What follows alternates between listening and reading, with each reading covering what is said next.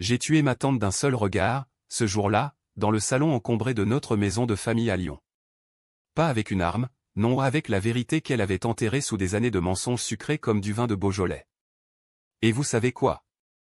Ça m'a libéré, même si ça m'a brisé en mille éclats. Ma famille m'avait fabriqué comme un golem, une marionnette d'argile animée par leurs caprices, et ils m'appelaient leur Goldmine en riant dans l'ombre des écrans. J'ai vu leurs messages, et j'ai juré, ils paieraient tous. Mais le pire? C'était ma tante Élise, la maman de substitution et qui m'avait élevé, qui menait la danse. Elle, qui m'embrassait sur les joues en murmurant « ma petite chérie », tout en complotant ma destruction dans un groupe WhatsApp nommé « Les Gardiens du Secret ». Je m'appelle Camille Duval, et jusqu'à ce fatidique mardi de juin 2023, je croyais que ma vie était un roman feel-good à la française, un appartement haussmannien à Paris, un job de graphiste freelance qui payait les factures sans trop d'efforts, et des dimanches paresseux chez ma tante Élise à Lyon, où l'on sirotait du Côte-du-Rhône en refaisant le monde. À 32 ans, j'étais l'orpheline triomphante, celle qui avait surmonté la mort de ses parents dans un accident de voiture quand j'avais 8 ans.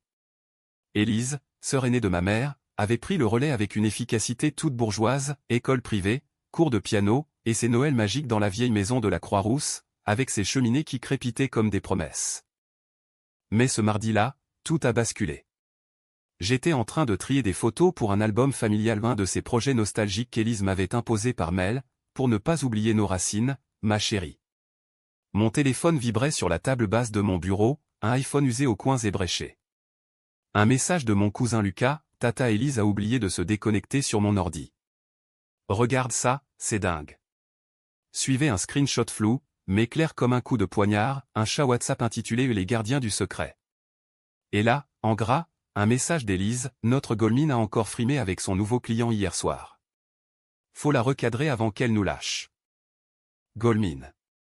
Le mot m'a frappé comme un vent glacial du Mistral.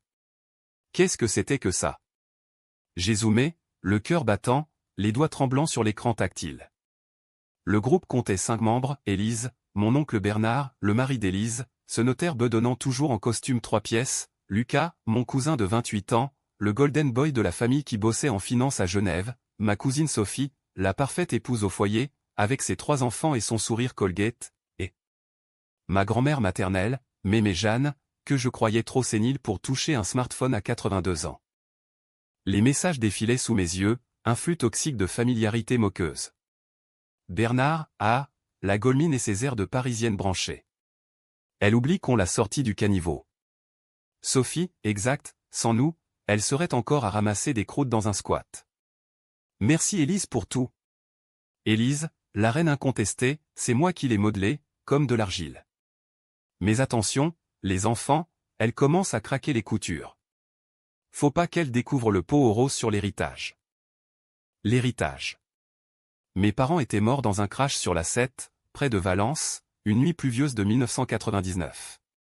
Ils laissaient un petit pactole, la maison familiale à Lyon, vendue précipitamment par Élise pour mon bien, et un compte épargne que j'étais censé toucher à 25 ans. À l'époque, Élise m'avait expliqué que c'était pour mes études, que j'étais trop jeune pour gérer. J'avais gobé ça, comme tout le reste.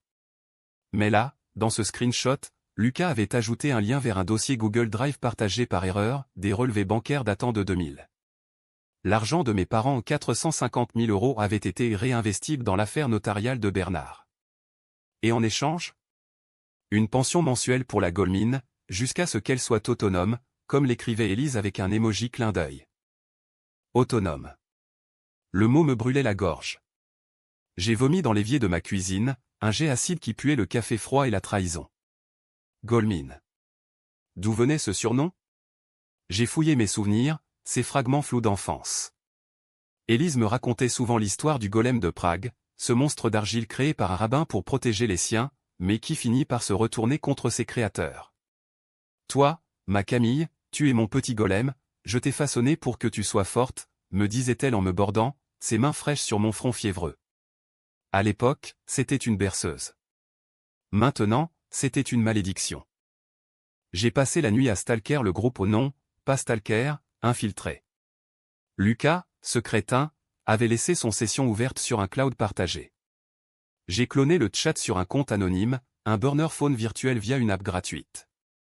Les messages s'accumulaient comme des strates de poison, Élise se plaignant de mes caprices quand j'avais refusé un job qu'elle m'avait déniché à Lyon, elle veut jouer les artistes à Paris, la ingrate, Sophie moquant mes relations foireuses, la Goldmine collectionne les losers, comme sa mère, et Mémé Jeanne, la plus vicieuse, postant des photos d'enfance manipulées où j'avais l'air d'une poupée cassée, regardez notre création. Sans nous, poussière. Pourquoi? Pourquoi m'avait-il gardé en vie comme un trophée déformé? Les réponses suintaient des lignes, culpabilité, peut-être, après l'accident Élise avait été au volant ce soir-là, ivre d'une dispute conjugale, et mes parents étaient des passagers innocents. Le crash avait été étouffé, classé accident par l'expertise de Bernard, qui avait des connexions au tribunal. Et moi, la survivante muette, j'étais leur pénitence vivante, leur Goldmine à remodeler pour expier. Ils m'avaient élevé non par amour, mais par devoir tordu, en me saignant à blanc financièrement pour se racheter. Le lendemain, j'ai pris le TGV pour Lyon. Pas pour confronter ou pas encore. Pour observer. La maison d'Élise, cette bâtisse du 19e avec ses volets verts écaillés, m'a accueilli comme une geôle familière. Elle m'a serré dans ses bras, son parfum de lavande et de Chanel numéro 5 me donnant la nausée. Ma chérie.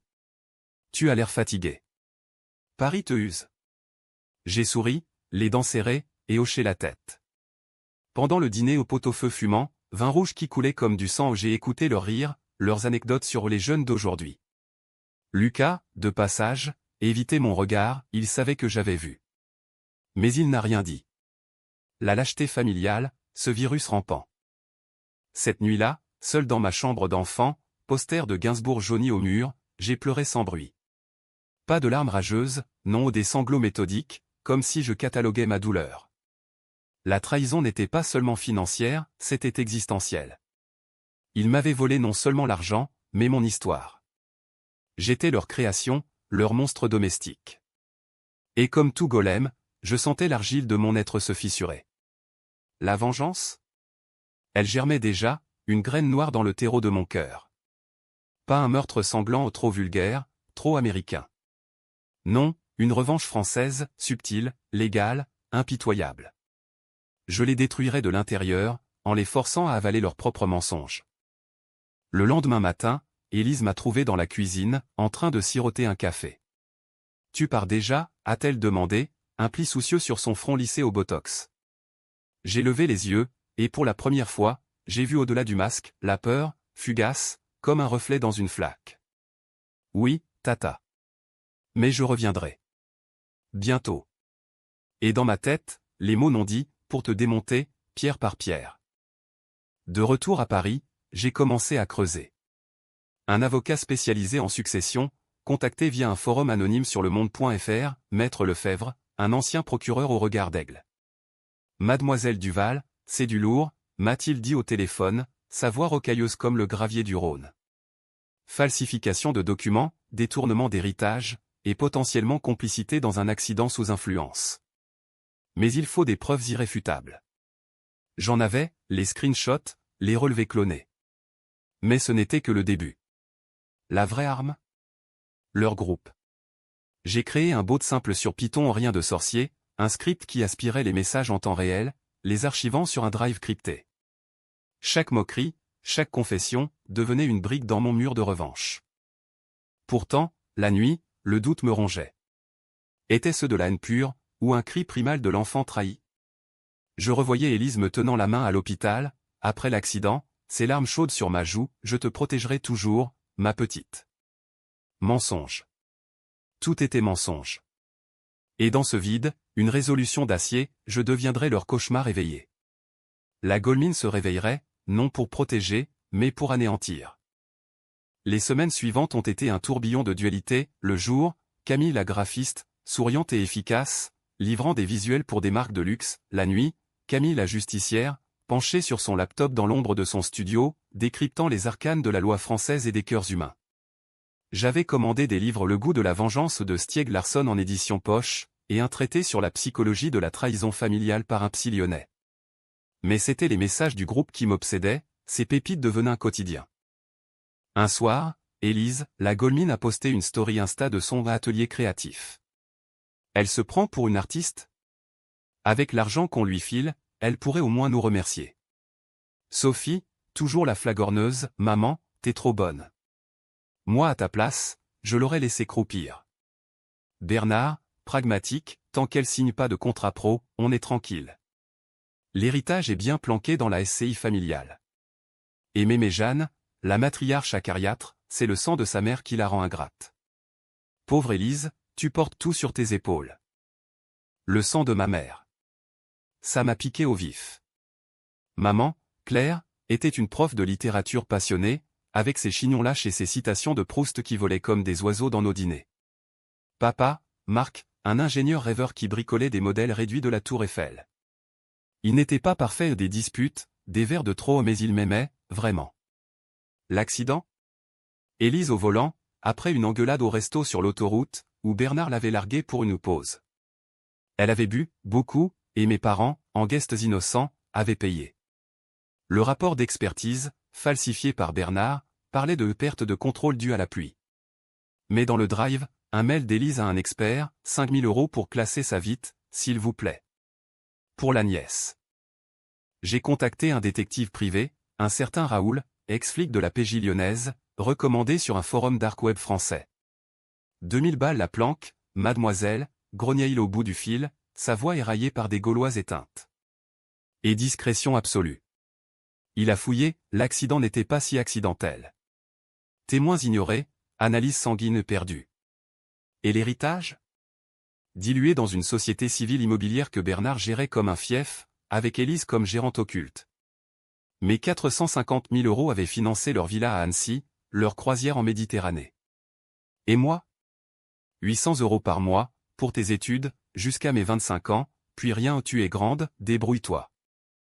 Raoul m'a livré un dossier cartonné dans un café anonyme du Marais, photo de la villa, extrait KBIS de la SCI, et même un enregistrement audio volé lors d'une réunion familiale où Élise riait, sans la Goldmine, on n'aurait pas cette vie. C'est notre petit secret juif, comme dans l'histoire. Juif? Le golem, encore. Élise, avec son snobisme culturel, avait lu Kafka à l'université, et voilà qu'elle me collait cette étiquette mythique. Pas antisémite, non, juste une métaphore tordue pour dire « tu es notre création monstrueuse, née de la boue de la culpabilité ». J'ai commencé à jouer le jeu appel hebdo à Élise, voix mielleuse, « Tata, j'ai un nouveau projet, un logo pour une marque de vin. Tu en penses quoi ?» Elle mordait à l'hameçon, débitant des conseils maternels, « Fais attention aux couleurs, ma chérie, le rouge trop vif fait vulgaire. » Pendant ce temps, mon beau aspirait à un message de Lucas sur une fête surprise pour mes 33 ans, mais en privé, on va rigoler, la Goldmine déteste les surprises. Élise prépare un discours hilarant sur ses ratés au point. La fête. C'était l'occasion. J'ai accepté l'invitation, prétextant un week-end libre. Lyon en juillet, l'air lourd de chaleur, les quais du Rhône bruissants de touristes. La maison était pavoisée, guirlandes lumineuses, buffet de fromage et charcuterie, vin rosé qui coulait à flots. La famille au complet, Élise en tailleur pantalon chic, Bernard avec sa cravate club, Sophie et ses marmots hurlants, Lucas en polo Lacoste, Mémé Jeanne trônant dans son fauteuil roulant comme une reine déchue. On te manque, hein, Paris te rend solitaire, a lancé Élise en m'embrassant, ses lèvres glossées effleurant ma joue. J'ai souri, serrant une flûte de champagne, toujours, tata. Vous êtes ma famille. Les mots acres dans ma bouche, comme du vinaigre. La soirée a dérapé vers minuit, quand Élise a pris le micro pour son haut discours. Les invités aux voisins, amis d'enfance applaudissaient. Camille, ma nièce adorée, est arrivée chez nous comme un petit ouragan après l'accident. Elle était si fragile, si perdue. Mais regardez-la aujourd'hui. Une artiste accomplie. Rire complice. Puis, en aparté au micro, pensant le son coupé, et dire qu'on l'a appelée la Goldmine au début. Une poupée d'argile qu'on a dû animer à coups de câlins forcés. Le micro n'était pas coupé. La salle s'est figée. Un voisin a toussé, Sophie a pâli, Lucas a détourné les yeux. J'ai vu Élise réaliser, son visage se décomposant comme un masque de plâtre. J'ai levé ma flûte, à la Goldmine. Merci pour l'animation, tata. Silence de mort. Puis, les murmures. J'ai quitté la pièce sans un mot, laissant la bombe exploser derrière moi. De retour à Paris, les messages du groupe ont afflué, panique à bord, Élise, merde, elle a entendu? Lucas, c'est ta faute, le micro. Bernard, calmez-vous, on y. C'était une blague. Sophie, maman, elle va péter un câble. Mémé, je vous l'avais dit, cette chose n'est pas humaine. J'ai ri, seul dans mon lit, un rire hystérique qui s'est mué en larmes. La fissure s'élargissait. Mais la vengeance? Elle n'était pas qu'émotionnelle.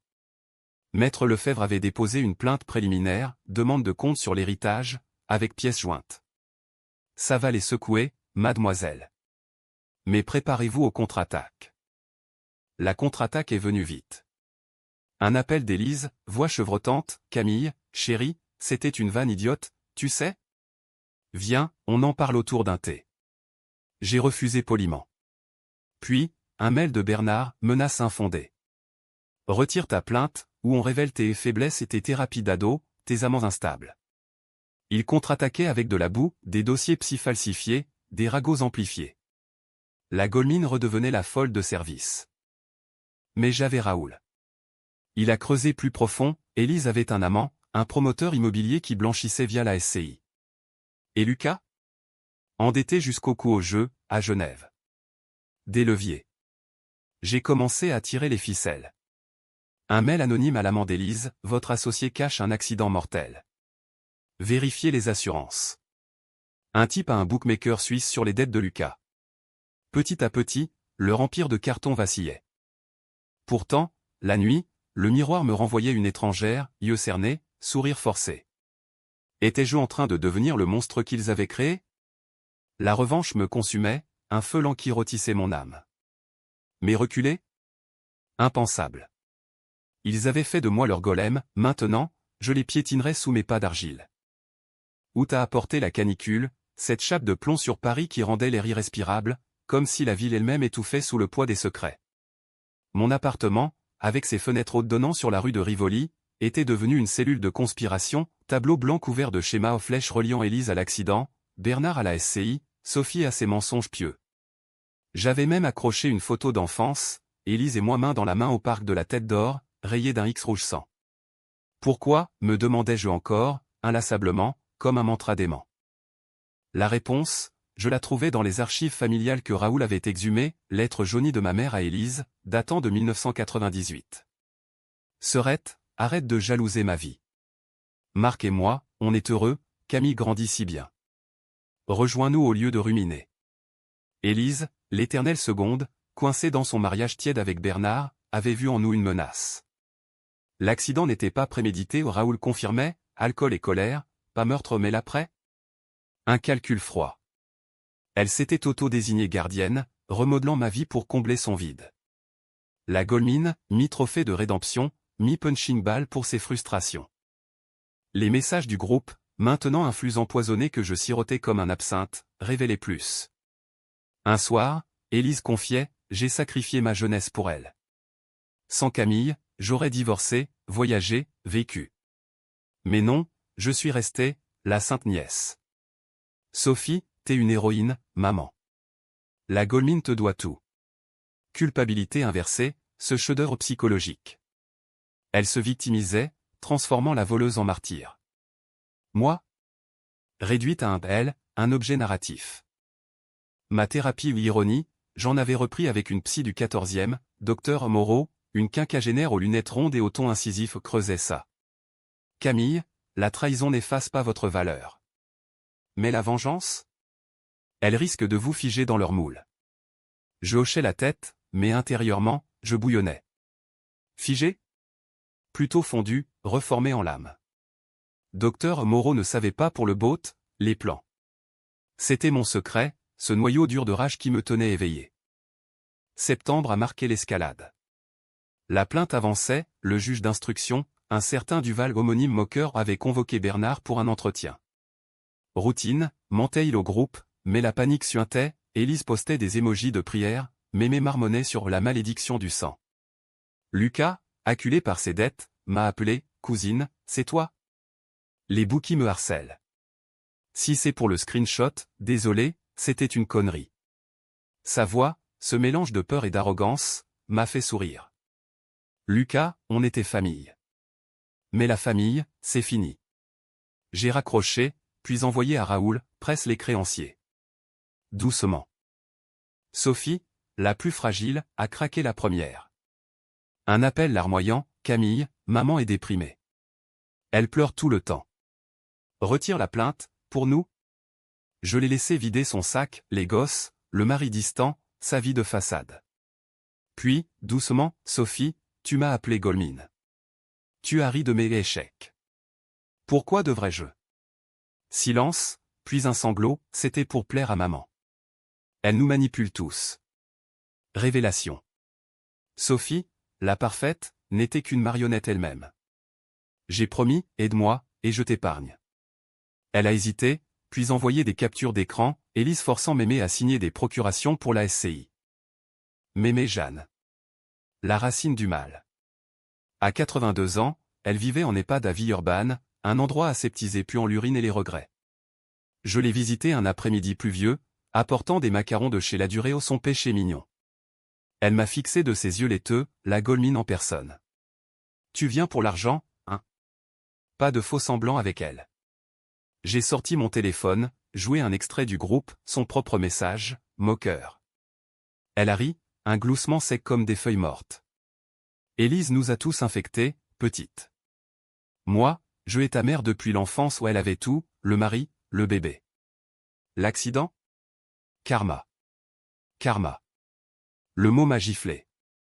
Pas de remords, juste une vieille rancune. J'ai quitté l'EHPAD avec un enregistrement, Mémé avouant la falsification des procurations. De l'or pur pour Lefebvre. Mais en sortant, sous la pluie qui martelait les pavés, j'ai senti le poids, étais-je en train de devenir comme elle? Froide, calculatrice, dénuée d'empathie. La nuit, des cauchemars me hantaient, moi, animant un golem à l'image d'Élise, la forçant à revivre l'accident en boucle. Réveil en sueur, le cœur cognant comme un tambour de vengeance. Pourtant, j'avançais. Un article anonyme sur un blog juridique, détournement d'héritage à Lyon, une famille sous les projecteurs. Pas de nom, mais des détails croustillants la SCI, l'accident étouffé. Le groupe a explosé, Bernard hurlant c'est elle, Élise suppliant protégeons-nous. Protéger quoi? Leur château de cartes. Noël approchait, ce rituel familial que j'avais fui les dernières années. Invitation d'Élise, reviens, ma chérie. Oublions tout, pour la trêve. J'ai accepté. Pas pour pardonner ou pour l'acte final de l'acti. Lyon sous la neige fine, la maison illuminée comme un décor de film de tavernier. Dîner tendu, sourire forcé, cadeaux emballés à la va-vite. Puis, au dessert bûche de Noël saupoudrée de sucre glace comme de la cocaïne j'ai lâché la bombe. Tata, j'ai vu le groupe. Goldmine, l'héritage, l'accident. Tout. Silence. Élise a blêmi, sa fourchette tombant dans l'assiette. Camille. C'est mal compris. Bernard a bondi, tu bluffes. J'ai sorti mon téléphone, joué l'enregistrement de Mémé. Chaos. Sophie pleurant, Lucas filant aux toilettes, Mémé ricanant dans son coin. Élise s'est effondrée en larmes, je t'ai aimé, à ma façon. Après l'accident. Je ne pouvais pas affronter la prison. Tu étais ma rédemption. Amour tordu, possession. J'ai fixé ses yeux qui m'avaient bercé, ton amour m'a tué, Élise. Maintenant, vis avec ça. J'ai quitté la maison, la neige effaçant mes pas, un fantôme dans la nuit lyonnaise. De retour à Paris, la plainte s'accélérait, perquisition en vue. Mais la victoire avait un goût de cendre. Docteur Moreau l'avait dit, la revanche guérit la plaie, mais laisse une cicatrice. La mienne saignait encore, un rappel que l'argile de mon cœur était malléable, mais fragile. L'hiver 2023 s'était tiré comme une sentence, froid et impitoyable, miroir de l'enquête qui s'enlisait dans les méandres de la justice française. Lyon bruissait de rumeurs, un collègue de Bernard, notaire concurrent, m'avait glissé via Raoul, votre oncle est au bord du gouffre. La SCI est gelée, les créanciers rôdent. Satisfaisant, mais pas assez. La vengeance, je le réalisais, n'était pas un sprint, c'était un marathon de l'âme, où chaque pas érodait un peu plus de moi-même. Élise m'appelait quotidiennement, passage du désespoir à la fureur. Tu détruis tout, Camille. Mes enfants te haïssent. Puis, suppliante, viens, on négocie. Je te rends l'argent. J'enregistrais tout, ces perles pour le dossier. Une fois, elle a craqué, j'étais jalouse de ta mère. Elle avait la liberté que je n'ai jamais eue. L'accident. J'ai bu pour oublier, et boum. Mais toi, je t'ai sauvé. Sauvé? En me volant mon passé? J'ai raccroché, les ongles enfoncés dans la paume jusqu'au sang. Sophie, alliée fragile, m'envoyait des updates, maman voit un psy. Elle parle de suicide. Choc. Était-ce une arme, ou vrai? J'ai hésité, cette nuit-là, à appeler une ambulance anonyme. Mais non, la pitié était un luxe que je ne pouvais pas me permettre. Docteur Moreau, en séance, m'a confronté, vous jouez à Dieu, Camille. Et si Élise se tue? Ce sera votre golem qui l'aura poussé. J'ai pleuré, pour la première fois en sa présence, un torrent salé qui lavait les strates de rage. Je veux justice, pas mort. Mais justice rimait avec destruction, dans ce théâtre familial. Le tournant, janvier 2024. Lefebvre m'annonce une audience préliminaire. Bernard coopère partiellement, il balance Élise pour sauver sa peau. Trahison en chaîne. Le groupe WhatsApp, que je surveillais encore par habitude malsaine, était un cimetière, message sporadique, accusateur. Bernard, c'est ta faute, Élise. Tu as tout géré. Elle, traître. Sans moi, t'es rien. Lucas, ruiné, avait fui à Genève, laissant Sophie seule avec les gosses et les factures. J'ai décidé d'intervenir pas par bonté, mais stratégie. Visite à Sophie, dans son pavillon cossu de la banlieue lyonnaise, un cube beige qui puait l'ennui bourgeois. Ses enfants, ces petits clones blonds, jouaient au Lego pendant qu'elle servait du thé à la menthe. Camille, merci d'être venue. Ses yeux, rougis, imploraient. J'ai posé les cartes, Sophie, témoigne contre eux. En échange, je te protège un fonds pour les gosses, de l'argent récupéré. Elle a hoché la tête, brisée, je hais ce qu'on t'a fait. Maman nous a tous modelés comme toi. Aveu cathartique. Elle a signé une déposition, détail sur les procurations falsifiées, les moqueries du groupe. Mémé Jeanne, la suivante. Retour à l'EHPAD, cette fois avec un notaire de Lefebvre. Elle nous a accueillis dans sa chambre étouffante, tapissée de photos sépia. La fin du spectacle, hein, a-t-elle croassé, un sourire édenté. J'ai joué dur, Mémé, tu signes la restitution de ta part d'héritage, ou Raoul publie tes confessions sur l'accident. Bluffe pas de preuves publiques mais elle a mordu. Tremblante, elle a apposé sa croix sur l'acte. Tu es comme ta mère, impitoyable. Compliment tordu. Élise, le clou. Février, une convocation informelle chez Lefebvre, à Paris. Elle est arrivée en train, défaite, cheveux grisants, tailleur froissé, sans maquillage. Camille. Sa voix, un murmure. Le bureau du maître, avec ses rayonnages de code civil, nous a vus face à face. J'ai sorti le dossier, relevé, enregistrement, déposition. Rends tout, Élise. L'argent, les excuses publiques. Ou la prison. Elle s'est effondrée sur la chaise, sanglots rauques, j'ai peur. De la cellule, du jugement. Et de toi où tu es devenu pire que moi. Pire? Peut-être. Mais nécessaire. Négociation âpre, elle acceptait de restituer 300 000 € ou le reste perdu en frais légaux et une lettre d'excuse lue en famille. En échange? Retrait partiel de la plainte sur l'accident, classé et négligence aggravée sans poursuite. Lefebvre hochait la tête, c'est un deal, mais vous gardez le civil. J'ai signé, le stylo glissant comme une lame. Victoire? Amère. En sortant, Élise m'a touché l'épaule, pardonne-moi, Golmine. Le surnom, une dernière piqûre. J'ai retiré sa main, ne m'appelle plus jamais comme ça. Printemps 2024. L'argent est arrivé, un virement froid sur mon compte. J'ai investi, un vrai atelier à Montmartre, des cours de droit pour ne plus être dupe. Sophie a divorcé d'un mari complice, déménagé à Marseille avec les enfants, je finance ses études de psycho, ironie du sort. Lucas? Disparu, un fantôme endetté. Bernard, radié de l'ordre des notaires, vend sa villa pour payer. Mémé? Décédé en avril, un infarctus discret. Son testament? Tout à Élise, mais contesté par moi. Élise, elle, s'est recluse. Lettre sporadique, je vis avec les fantômes. Tu m'as libéré, d'une façon tordue. Libéré. Le mot me hante. Ma revanche avait démantelé leur empire, mais à quel prix? Mes nuits étaient peuplées de doutes, étais-je vengeresse ou bourreau? Docteur Moreau célébrait, vous avez reclémé votre narratif. Mais dans le miroir, je voyais encore l'argile fissurée, mais intacte. Pourtant, une braise persistait. La vraie fin? Pas encore. Ils avaient créé un monstre, maintenant, il rôdait. L'été 2024 a été un mirage de normalité forcée, Paris sous le soleil, terrasse bondée du boulevard Saint-Germain où je sirotais des pastis en feignant l'insouciance.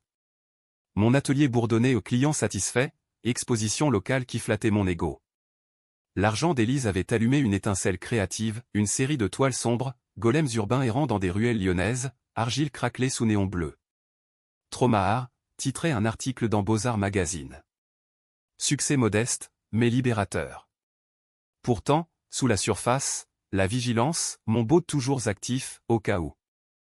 La famille, ce cadavre animé, remuait encore. Sophie m'appelait de Marseille, les enfants demandent de leur tata Camille. Et moi? Je fais la paix avec mes démons. Sa voix, plus assurée, me réchauffait. On se voyait parfois, cafés anonymes à la gare de Lyon, partageant des silences complices. Elle avait témoigné, brisant le cycle, en retour, je l'aidais à reconstruire. Lucas, par contre, refaisait surface, un mail pathétique depuis Zurich. Cousine, j'ai touché le fond. Rehab, dette remboursée. Laisse-moi revenir. J'ai répondu froidement, prouve-le. Dépose contre Bernard. Il l'a fait, ce lâche opportuniste, balançant les magouilles notariales pour un allègement de peine. Bernard. L'audience civile, en juillet, a été un théâtre absurde, tribunal de Lyon, salle boisée imprégnée d'odeurs de vieux papier et de sueur. Il s'est présenté en costume gris, cravate assourdie, plaidant la gestion familiale bienveillante. Lefebvre l'a démonté, Monsieur Duval, 450 000 € investis sans mandat?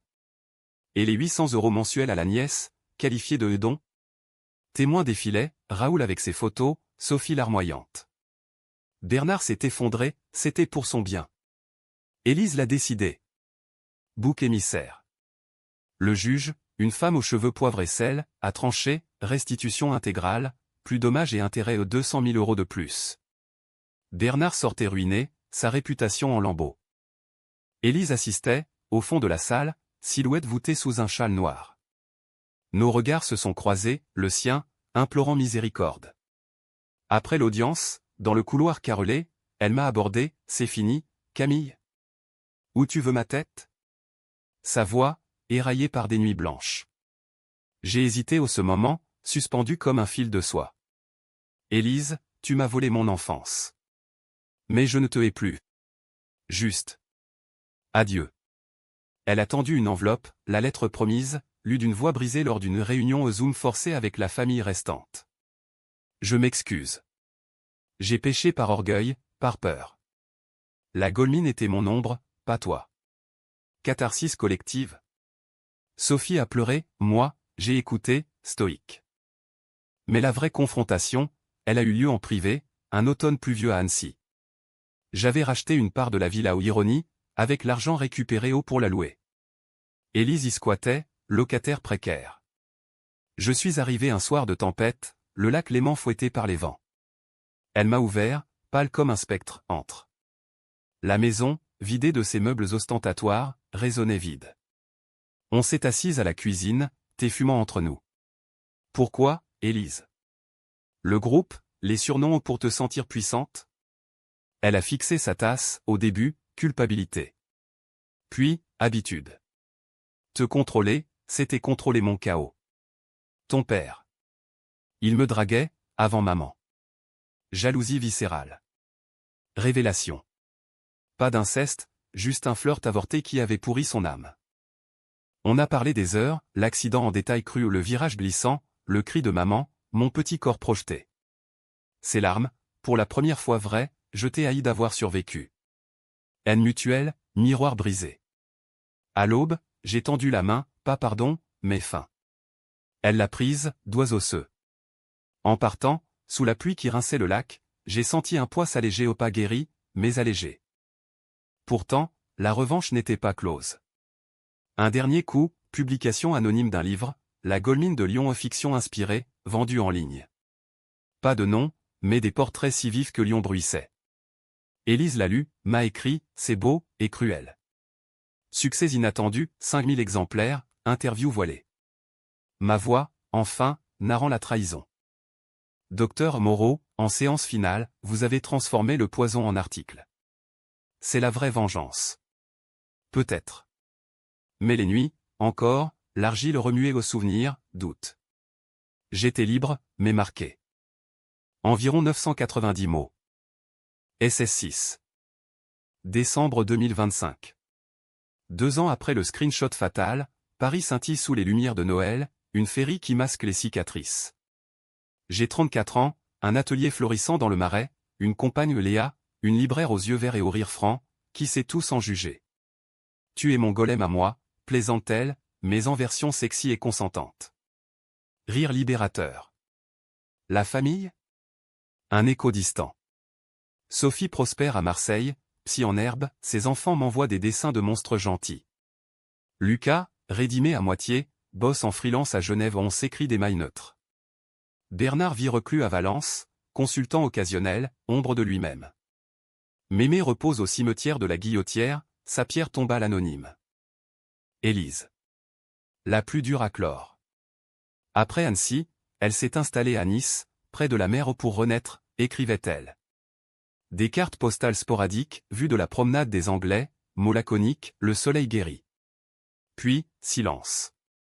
Jusqu'à cet automne, un appel, Camille, j'ai un cancer. Foi. 3 mois.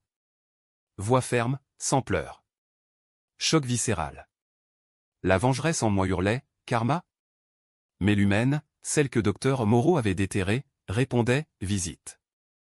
Nice en novembre, air salin piquant les joues. Son appartement, minuscule vue sur la baie, puis l'hôpital, médicaments, regrets. Elle était maigre, chimiothérapie rongeant sa beauté fanée. Tu es venu pour danser sur ma tombe? Ironie persistante. J'ai secoué la tête, pour clore le chapitre. On a marché sur la plage où elle en fauteuil, moi poussant en vagues léchant le sable comme des langues repentantes. Camille, je n'ai pas d'excuses neuves. Juste. Merci de m'avoir forcé à voir. Voir quoi? La femme qu'elle était, ni monstre, ni sainte, juste faillible. Elle m'a donné un coffret, lettre de maman, photos inédites, et un pendentif l'ancêtre du loquet de l'accident. Pour que tu te souviennes d'elle, pas de moi.